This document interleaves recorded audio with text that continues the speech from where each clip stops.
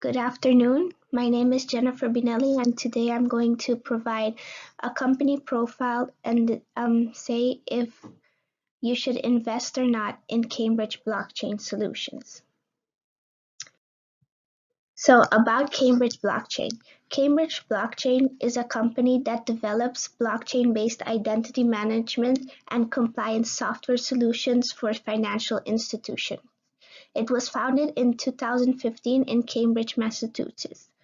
It currently has two locations, one in Boston and one in Paris. The one in Paris is a subsidiary to the company.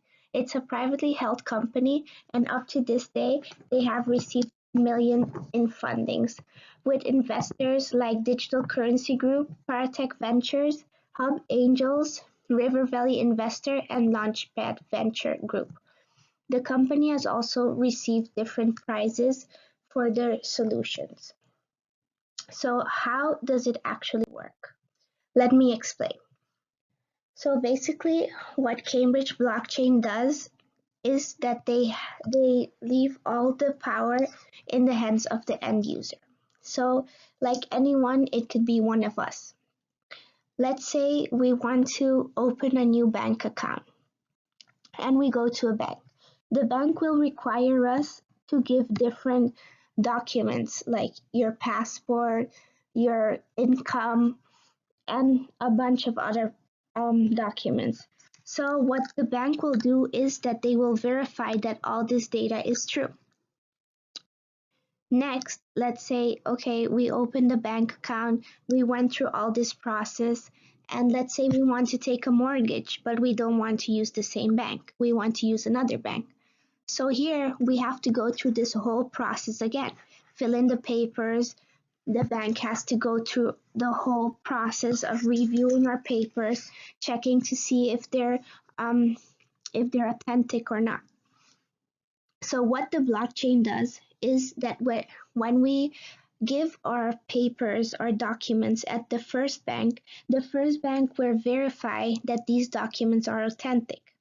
And then they will input a code on the blockchain stating that the documents have been verified and that they are authentic. So the next bank will also be part of this blockchain, and all they have to do is they have to ask the end user permission to access their documents, and they can just input the code on the blockchain and verify that these documents are truly authentic.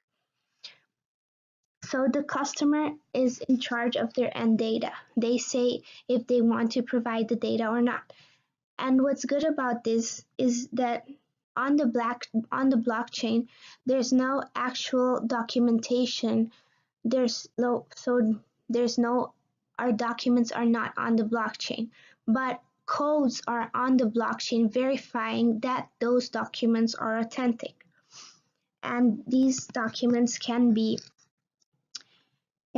accessed by service provider, in the future by regulator, and by other parties involved. Also, with these different that the documents are real. So, and what is also a big problem nowadays in big companies and banks is that these companies don't only have to go through the authentication process and check if these documents are real ones, but most of the times at banks, in like different departments are checking the documents over and over again. So it's a repeated process which costs a lot of money and it takes a lot of time. So with this blockchain, it will eliminate the need to do this job over and over again. So now let's move to a SWOT analysis. Here we can see an overview of the whole SWOT analysis, and now I'm going to break it down into the different strengths, weaknesses, opportunities, and threats. So for the strengths, first of all, this system provides transparency and privacy with the use of cryptography and blockchain technology. As we know, blockchain is a really trustworthy. It's really trustworthy because there's people checking the data from like all over, and it's transparent. The blockchain that Cambridge Blockchain provides is a private permission-based blockchain, which is enterprise Ethereum. Also, uh, Cambridge Blockchain makes all their software in-house and has applied for 10 patents and has received 2 in the US, and the other 8 are still pending. So let's continue with the strengths. The end user has control over personal identity data. Most of the companies today that are using blockchain upload all the users' data onto the blockchain. But what is different with Cambridge blockchain is that the user has the data. The data is not on the blockchain, but it's just a code that is on the blockchain verifying that the data is authentic and is real. So, and the end user will have control over their own data. So if the end user decides not to share the data, it won't be shared. Next, the Cambridge blockchain is compliance on the data privacy rules. So since the data is in the hand of the end user and not in the blockchain, the customer, the end user, provides the data to these institutions. So it's compliant to all these new laws like the General Data Protection Regulations in Europe, which makes it easy for companies, and they know they're not stepping on a line or breaking these rules, which often leads to high fines. The other strength is that this platform is reusable and it has multi-platform governance efficiency. So you only verify the data once. And what all these other institutions or different departments in the bank do to check that the data is authentic is just type in the code and verify that the information is truly true. And this improves the customer experience because now the customer only has to provide these papers once, have them verified, and then it's just very easy to go through this process again because they don't have to wait days for the documents to be verified, and the process is much shorter, which could take just half a day. And finally, it reduces the know your customer cost for all these institutions. So let's move to the weaknesses. The weaknesses are that one institution is in charge of verification. So, as I explained, if I go to the first bank, it's that bank that will verify my documents. So, we move to the next weakness, which is that the verification is not mistake proof because a bank can make a mistake. Let's say they verify, maybe they made a mistake on the document and they didn't see that the document was actually a false document. And this moves us to the next weakness, which is if a bank makes a mistake and then puts it in the blockchain as verified and that the mistake is correct and that the documents are authentic, we will have problems like later on if another bank detects that in fact these documents were fraudulent. Then we don't know like who is liable for these mistakes, like who is to blame. Is like one bank to blame, or is the whole all the people that are on the blockchain responsible for these mistakes? It's unfair.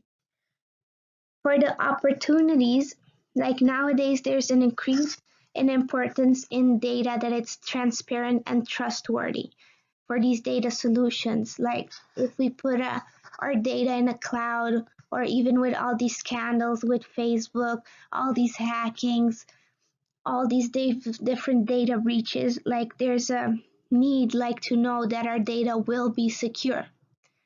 And with this increase, it's like good for Cambridge blockchain to tap in this market. Like your data will be secure because it's not on the blockchain. And even if the blockchain is secure, it's only the code that will be on the blockchain, like making sure 100% that the data is secure. And with the increase in compliance in data privacy laws, like as I mentioned before, with the European General Data Protection Regulations, people are really really need to know that their data is safe, that they are in control of their data, and companies have to comply with these data regulations. And Cambridge blockchain offers the solution to this problem because, as I mentioned, the end user is in charge of their data. So they won't be like companies, institution will be certain that they're not breaking any data protection law. For the threats, like these new data regulations are also a threat because with this increase in data breaches, different governments are implementing more data protection regulations, and these will only like we will only be having more regulations in the future. So Cambridge blockchain has to be careful and has to um, adapt their software to these data regulations. And another threat is that now with this boom in blockchain, there's so many different companies that are trying to tackle these same problems and they're entering the market. So Cambridge blockchain should be careful and should seek to differentiate itself from their competitors. For the DICE model, this is an overview of the DICE model. We will now move in details. So the company should decrease the time spent on verifying document authenticity because this process will still takes a couple of days with the first bank. So they should decrease this and find a way to decrease it like from the first step. To increase Cambridge blockchain should increase the number of markets in which it operates. Currently, it's operating mostly in Europe. That's where they generate most of their revenues. So they should seek um, to be present in more markets.